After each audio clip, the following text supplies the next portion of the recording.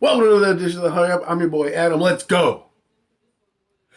Black Monday is here. Giants have finally made it through 17 weeks of football. It feels like forever. Granted, I'm going to still want football in 9 months in September with a fresh slate. Hopefully, no Joe Judge. We'll get into him in a minute. But let's recap. Man, the Chargers and Raiders game, what an epic game and what an epic fail by the Chargers coach, man. Like, you called the timeout and basically rubbed it in their face, and they're like, if you're going to call a timeout, we're just going to kick you out the playoffs. The Raiders were ready to concede and let the tie, both Chargers and the Raiders, go on, but he calls a timeout, kind of gets everybody riled up, and, well, next thing you know, the Raiders are kicking a walk-off field goal and headed right into the playoffs. So good for them. Exciting game to end the regular season. But let's get into some stuff that's not that exciting. The New York Football Giants. The most exciting thing right now is that we know that there's going to be a new GM. Whether or not Joe Judge makes it here again or not, that's to be determined. And right now, it's looking like they're kicking him out too. He should, after going 3rd and 9 and basically conceding. Third and 9 inside your own 10-yard line, and they run a QB draw? Not even a handoff to the running back. Not even an attempted pass. And his explanation is, I didn't want to happen what happened last week in Chicago. Happened yesterday. Like, give me a break. You had the ball kicked inside the 1-yard line. You ran 3 plays, and you got a safety. This one, you're at the 5-yard line, and you're saying you want more room for a punt? What is that? That is your logic? You want this guy here next year when he does stupid stuff like this? This is what I'm talking about. When I mean to fire the guy, I'm not just talking about him cleaning up the back office, bringing in a filing cabinet and a Keurig machine. I'm talking about actual football knowledge. This guy is sitting here and telling you that he's going at 3rd and 9, that he's going to turn around and hit it with a quarterback draw. And his logic is, last week we had a safety. I didn't want to do that. Give me a break. I'm tired of that. All this guy ever does is screw up and then go on the press conference like, last week. Like, dude, learn from the mistake. How about try? You never know. You might get a first down. The drive might keep going. I did that and the defense stopped him and it all worked out. This guy talked about playing 60 minutes and that's what he does in the middle of a football game? Unacceptable. Oh, another thing's unacceptable is the $72 million receiver not giving any effort on a play where the ball is outside of his reach by like this much. Don't even dive. You're 6'5". That's effort. That means you don't want to play for your coach. You don't even want to play for your teammate. This is the same guy that yelled in week 2 at his quarterback and his coach. Yet, he doesn't even go and dive. Give me a break. This is why this team needs a whole new house cleaning. Get the Lysol out, start to spray it all out. Get it out of here. Clean it out. New GM, bring in a better coach. I don't need this guy roaming the sidelines anymore, doing anything stupid.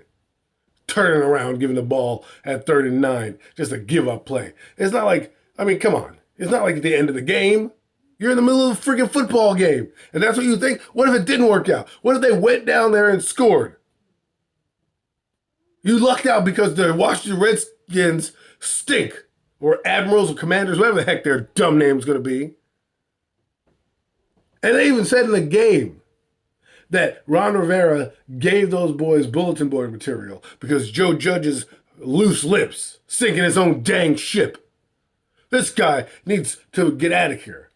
And I think if he doesn't do that press conference and against Chicago and rambles on about a clown show and all this other garbage, he's probably a little safer than he is. But this last week against Chicago and this past Sunday, bye. Don't let the door hit you on the way out, you jerk. My God. That you want me to believe that these players are going to play for this guy when he's giving up? How do you think that makes the players feel? Hey, busting their ass on defense to keep this guy in the game, and this is what you do? Like, I understand that the Giants were established, and this was year 4 or 5, and Judge has won some games, and the defense is outstanding defense. I'm not talking about the solid unit and solid performance that they gave yesterday. I'm talking about an absolute number 10, top 10 defense, and you're saying, all right, this defense is going to shut them out. They didn't shut them out. The defense on the field gave up 266 yards rushing. The best unit on the field gave up 266 yards rushing. Let that sink in for a minute. And this guy is kicking the ball away, doing a QB draw inside 4-yard line, inside their own 4-yard line. There's even a fan on that particular play who's yelling some obscenities to Joe Judge because of that play. You got to be kidding me. And people want to bring this guy back? Oh, because the culture. Ooh, culture. Do you know what a culture is? Right now, the Giants have a losing culture. That's what's happening right now. They're losing. They're not winning. Look at the Raiders.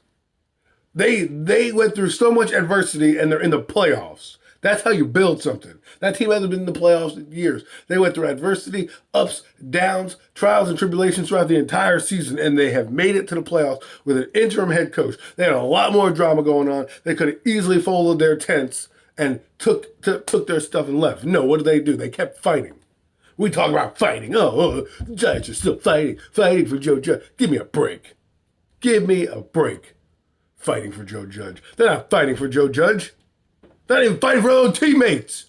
We look at Kenny Galladay, he's not even diving for a teammate.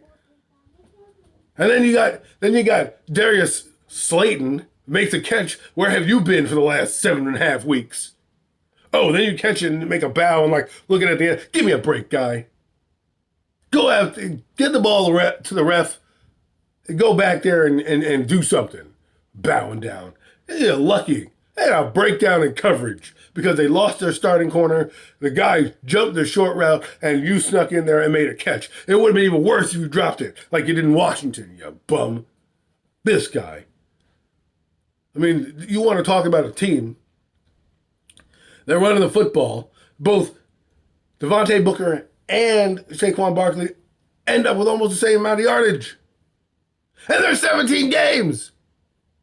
Meanwhile, over in the Rams, you got Cooper Kupp destroying receiving records. And Giants can't even get a 1,000-yard receiver, can't even get a 1,000-yard runner. We got all these little putrid offensive stats. I mean, my God, the whole offense is terrible. The special teams played the best game they've played in God knows how long. And yet they still lose the football game. They were uncompetitive on offense. Defensively, they got this guy Aaron Gibson running all over the place. He's still running. I mean, yeah, we can praise a few guys, and Azeez Ojulari, 9 sacks, thanks to me, because, said 9 for that kid. You got Leonard Williams having 6.5 sacks. Lorenzo Carter coming back with 4 sacks. Then he goes on, Lorenzo Carter, let me get on that guy. Then he comes up and goes, I would play for this guy. No, you wouldn't. Give me a break. Of course you're going to say that. Ain't nobody going to pay Lorenzo Carter. What else are you going to say? Well, I hated it here. Hope the rest of the NFL comes to get me. No. Absolutely not. Absolutely not. He's saying it because it's the company line. You don't have a job yet. You're a free agent. What else are you going to say? I don't like it here. No. God forbid they pay you. You want to come back. Because he could have no options. No one's going to give Lorenzo Carter any money. Any big money. They're going to be like, what have you done? Oh, nothing. So how much we're going to pay you? Nothing. So, yeah, stay there with the Giants. I mean, come on. Don't give me that. Don't give me this like everyone's like, Lorenzo Carter saying. No. He needs to. He needs a job. What else do you think he's going to say? Give me a break. This team's a joke. I've never been so happy for a season to be over.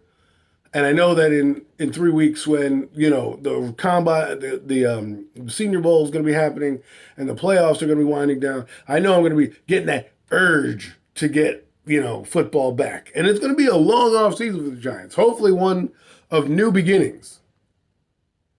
Because right now, we need to get rid of everything. Clean house. I don't want to see Joe Judge on the sideline next year.